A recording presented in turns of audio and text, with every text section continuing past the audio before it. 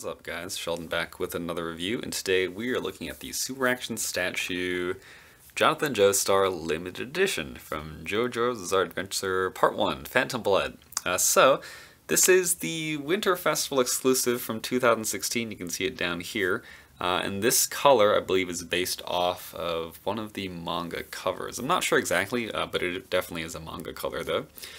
So let's go ahead and take a look at the box really quickly. So here are some of the poses you can put Jonathan in. Here is a visual of the accessories. So just a few hands, his sword, a display stand, you have an angry face as well as a neutral face. But the standout accessory though is this speech bubble over here, and I believe, and correct me if I'm wrong, but a friend told me a while ago and I just forgot, this is Sunlight Yellow Overdrive. I think, from last I remember. But again, here's just a close look at the accessories. You can go ahead and take a pause here if you want to see what all the stuff he comes with looks like. But without further ado, here is the side of the box window, as well as my reflection. More box art, the top of the box, and the bottom. Okay, so let's go ahead and take a closer look at the accessories. To start us off, Jonathan comes with a pair of fists. Jonathan, of course, comes with a pair of straight finger hands. He comes with a pair of chopping hands. And finally, Jonathan comes with a pair of gripping hands, one that is a little wider, one that's a bit more narrow. So the wider hand is to hold the sword scabbard over here, right at the fat part. I'm not going to do it right now, but you can see that it fits right about there. And then the thinner hand, of course, is to hold the sword, which you just slide right in, which I really don't feel like doing right now because I don't want to rub the paint. But that does it for the hands, though. Well, let's go ahead and take a close look at the sword while we're here. Something that I really like, and sometimes it's not always common for sword accessories, though, is yes, the sword itself can sheath. Sometimes companies will give you like just the hilt and like a tiny bit of the blade, and it doesn't actually go in, so that's really nice. The scabbard itself, painted fairly cleanly over here. They have these nice sculpted dots over here, so pretty nicely done. Just a nice black and red. And then the sword itself, nice metallic paint, sculpted like a sword, looks like a sword, not much to say about it. And then the handle also says luck and a bloody P for pluck, which is a plot significant thing.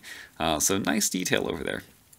As well as the sword, Jonathan also comes with this backpack over here.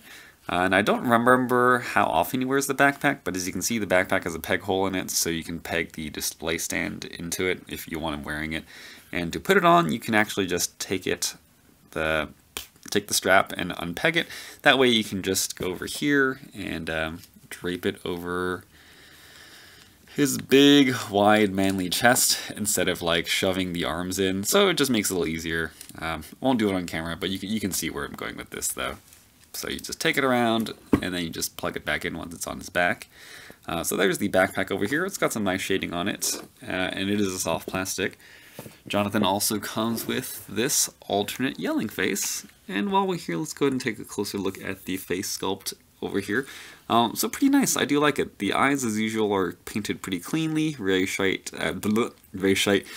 sharp, and nice eyelashes and pupils.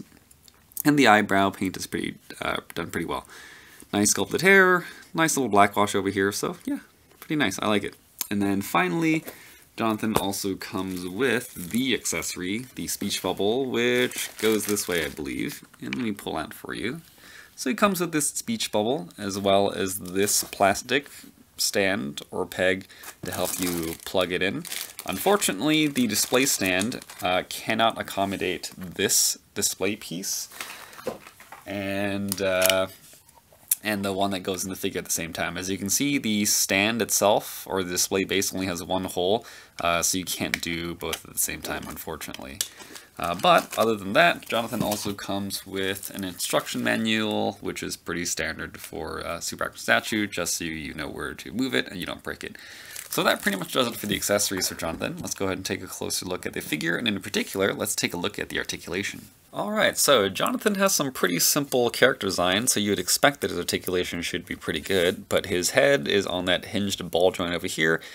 So here it is going up and down, only the hinge, you do get the full rotation. The hair, maybe, no, doesn't get in the way.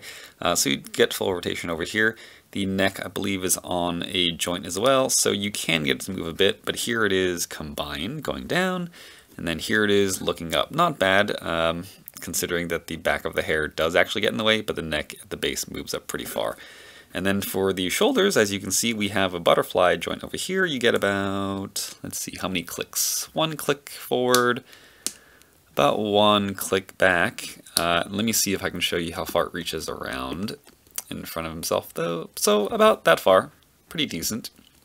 And then for the shoulders, you get about horizontal over here, maybe a little bit more. The sleeves do get in the way. And speaking of sleeves, the sleeves or shoulder pads or what have you do rotate. So you do get the full rotation, no problem. Bicep swivel over here. You have the double jointed elbows, gives them greater than 90 degrees. Not that much though, because he's just so swole. He just can't bend his arm because he's just too buff, but it's a good trade-off. You do have a bit of rotation at the elbow. You can see that the joint comes out pretty far, so it's pegged into the forearm, pegged into the bicep, so you do get some swivel, but you probably don't need it because you have the bicep swivel though. So there it is. And then you have the wrist, which is the standard ball hinge, and thanks to, I believe, these bands being sculpted kind of far down, the wrist articulation, well, I guess it's not too limited, but you can't get 90 though. But you do get the full rotation, and you do get a hinge over here. And then for the abs though, I believe it's a single ball socket over here, and it should be a ball socket right here too. I don't think there's any articulation over here though, where the shirt ends, but for the diaphragm, let's say, here it is going forward, here it is going back. You do get some pretty decent rotation side to side. And then for the waist, yep, feels like a socket, so it does also rotate in the same way. But in terms of swivel, not that much. Again, thanks to Jonathan being so wide, the sculpt does get in the way, but here it is combined going forward. Not that much, to be honest. And then here it is going back. Not all that much. For the hips, you do have these pretty standard sockets over here, so going out to the side, let's see, not that much. Thanks to the sculpt coming up to the side like this, it does bump into the leg, which is unfortunate. And again, the socket itself doesn't lend itself to that great articulation going for the splits. But going forward, you get some pretty good range of motion. And then you do get about this much going back if you don't angle it out to the side. And if you angle it to the side, you get a bit more, but not that much going back. And then you do get a thigh swivel over here, as you can kind of see at the cut.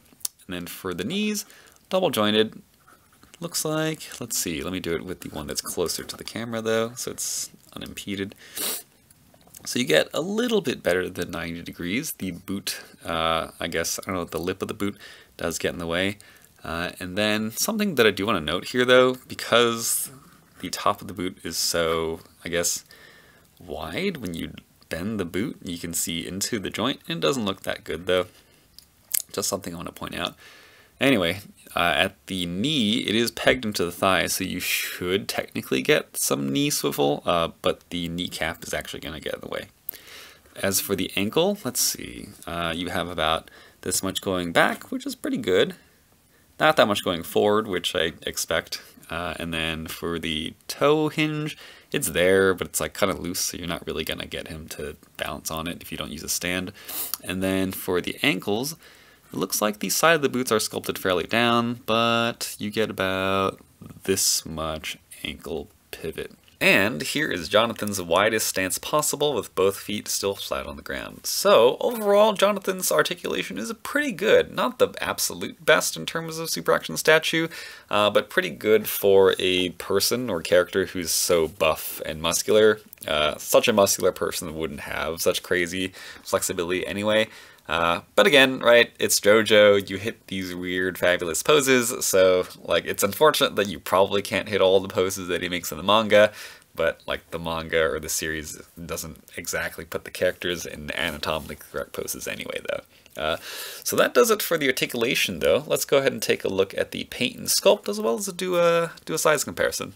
So, standing approximately straight up, Jonathan stands about, it looks like 6 3/4 inches, which comes out to be, let's see, about 17.5 centimeters, about. So definitely on the large side for super action statues. Here he is next to Phantom Blood Dio, and it's kind of strange that Dio seems to be slightly taller and even a bit thicker and larger than Jonathan. I know Jonathan's character is supposed to be physically more imposing than Dio. I mean, that's why Dio stole his body, right? So I'm not sure, right? But here they are next to each other. I think they're a little bit out of scale, to be honest. And here is a quick size comparison of Jonathan with his extended family. But as you can see here, Jonathan is the largest, which makes sense canonically because he is supposed to be super strong. But he is like significantly taller. I don't know how well that scales. And then you can see that Battle Tendency, or Joseph, is the second largest. And then I guess as you go on here, the scale does change a bit slightly. So it looks like, I guess this is what people are interested about though, parts 5, 6, and 8 seem to be in scale, and then 4 and 3 are in scale, and then maybe like from like 2 to 3, maybe not that good. So Battle Tendency probably doesn't fit that well in. So yeah, scale is a bit off, but here you go, that's the size comparison. Okay. So let's go ahead and take a closer look at Jonathan though. Let's talk paint and sculpt as well as do a comparison with the original figure.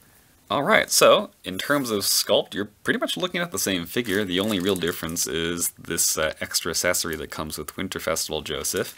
So the true difference, again, is the accessory and the paint application. And while we're talking about paint, let's talk about the accessories as well though.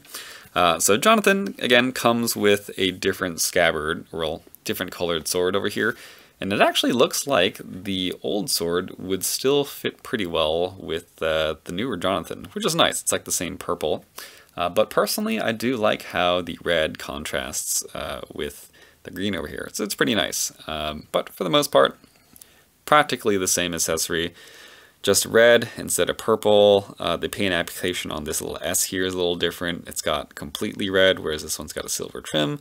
And then the handle is purple and gold, whereas this one is this gunmetal black and a gray. So I actually personally like this handle a little bit better, mostly because it's a more fun color. And then the backpack is just a lighter shade of tan. All right. Other than that, though, the color scheme is different, right? Jonathan, Winter Festival Jonathan has a solid gold belt, which is pretty pimpin', whereas regular Jonathan has this kind of leathery belt buckle. And then, of course, new Jonathan has these stripes over here, which I gotta say are pretty nicely done. They're very clean, so it's pretty good. And then overall, I just do like that the t-shirt contrasts with his dark pants over here, creates a more vibrant and kind of like a figure with more shelf appeal. So overall, right, Jonathan 1.0, oddly enough, is harder to find, or at least not harder to find, but more expensive. Maybe because people prefer the more realistic look. I personally can't talk today. I personally prefer the brighter Jonathan. So if you enjoy this brighter color more, I would say pick it up. He's actually not that much more expensive than when he started off. I think when I got him for like $60, and he seems to be floating around that price last time I checked though, right? So I'm not sure. But overall, in terms of paint and sculpt, it's a pretty solid figure. Something I do have to acknowledge though is that the proportions are pretty weird, and the new color doesn't really seem to fix that or take your eyes away from it. But his waist is definitely too small, like so thin. And I know that JoJo is stylized, but man, I can't really get over it. But still, I can kind of get past it a bit. But the real issue for me is actually the wrists. Jonathan's wrists are just so thin. I don't know why. I don't know if this is on purpose or if they're using like old parts, but I feel like his wrists are just too tiny. Especially when you have these fists over here. And let me show you. Maybe it's just me.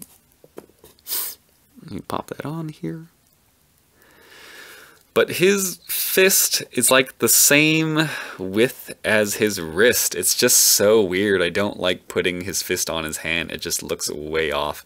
So that's definitely one of the problems that I had with the figure. And I just put his hands like that are not on the fist. Sorry, I put the non-fist hands on to kind of fix that, because this just looks so weird, especially with the strap.